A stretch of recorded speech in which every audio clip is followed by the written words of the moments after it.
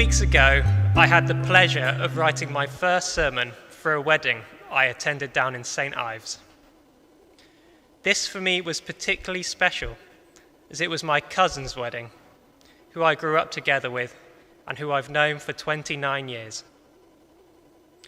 As I began to think of material for this sermon, I began to rack my brains for my earliest memories of Lucy. And of all the memories that came to my mind, one story strangely stood out clearly. It was a story of revenge.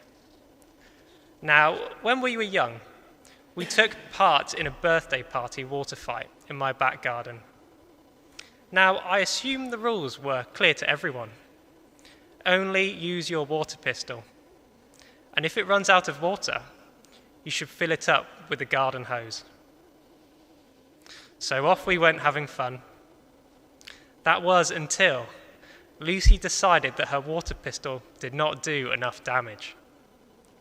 And when I ran out of water and went to fill it up with the hose, she decided to turn the hose on me and got me drenched. Little 9-year-old me was enraged. The rules of war had been broken. How dare she turn the hose on me? In my blinder age, I then escalated things a step further. As she sat down to take a rest, no doubt smug with winning the water fight, I poured a bottle of orange Fanta over her head. If I'm being honest, revenge felt good. Although I did begin to feel some guilt after Lucy spent the rest of the afternoon being chased by bees. Whilst this was obviously quite a trivial act of revenge, getting back at someone for doing something we see as wrong is definitely something which comes naturally to us from a younger age. And it definitely comes easy to us than many of us would care to admit. Have you ever escalated a situation or conflict to get back at someone? There are actually many different ways and words to describe getting back at someone who has wronged you, with words like avenge, revenge, and vengeance. But these all mean slightly different things. Next slide, please. Yeah. So revenge is taking action to punish someone who has done wrong to you in particular, to get payback. To avenge is taking action against someone who has done a wrong to you or someone else, generally motivated by justice. And vengeance is what both the previous acts lead to, which is the specific act of punishing someone. Now, as much as some of us may recoil when we come across these words, especially the idea of getting pleasure out of any of these, they form the basis of the stories which we find so compelling. We see revenge in some of the earliest stories we have, such as Homer's Iliad, Beowulf, and Shakespeare's Hamlet. And we certainly still see them present in the media today. In the most recent Batman film, The Batman, Batman has himself describing himself as vengeance, as someone who dedicates his life to giving villains rough justice. The modern superhero franchise Avengers is based on superheroes who are empowered by justice to encourage them to stop villains from dominating the world. We also have action films like Gladiator, Taken, and John Wick, which are centered around seeking revenge against those who have wronged them, pursuing and killing many who are in their way, and going to great lengths to find out that one person, normally an individual at the top of a criminal empire, who has wronged them. Many of us are drawn to these films, and we find them entertaining and even thrilling. And we often end up rooting for those who are in pursuit of revenge and justice, even if this means that many more people are killed if they get in the main character's way. If you are a Christian, have you ever reflected on your own Christian faith and morals when you watch films like these? Or if you aren't a Christian, do you have a gut instinct of what the Christian faith might say about revenge? Should a Christian be free to take revenge whenever they feel like it? Should avenging someone be limited to, say, just taking an eye for an eye? Or should we never act in retaliation to anyone who is carrying out evil actions? What do you think the Bible has to say about revenge? Well, of course, the answer is complicated. The Old Testament is full of stories of avengers, vengeance, and revenge.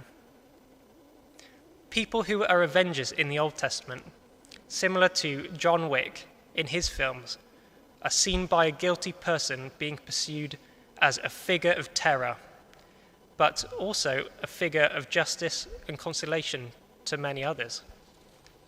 This was generally to be undertaken by the male who was next of kin to the person who was injured or killed.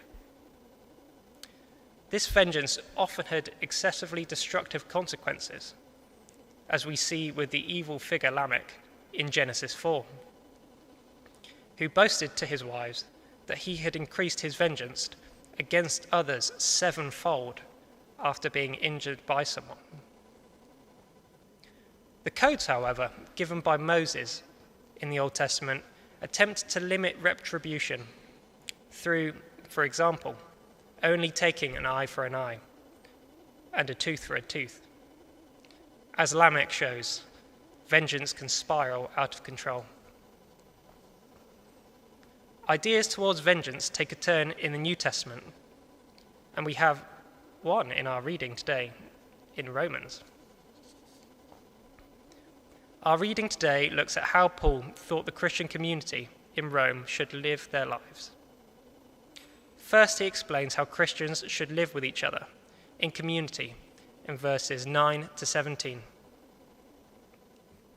What he is explaining is that God saves us through Christ and brings us to relationship with God as an unmerited act of pure love. And Christians should, in response to this love, allow love from within us to outflow to others in community. This love should be contagious, not passive and bland, and should involve action in serving all those in their community.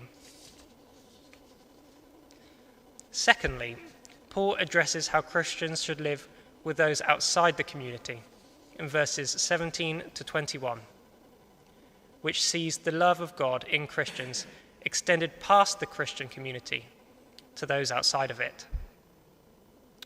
But what should Christians do to those who hurt us? Should we ever take revenge? Paul here is wanting Christians in Rome to focus on non-retaliation and attempt to love those who are the enemies of Christians. This appears clear in verses 17 and 19, in which Paul appears to be echoing Jesus' teaching on non-violence, which we find in Matthew 5 and Luke 6. Do not repay anyone evil for evil. Be careful to do what is right in the eyes of everyone. And do not take revenge.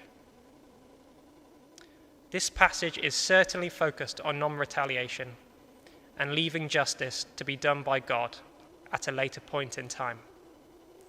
It is saying that we should leave judgment up to God to carry out. If quickly looked at, this verse may appear to advocate total pacifism, but this may not be completely true either.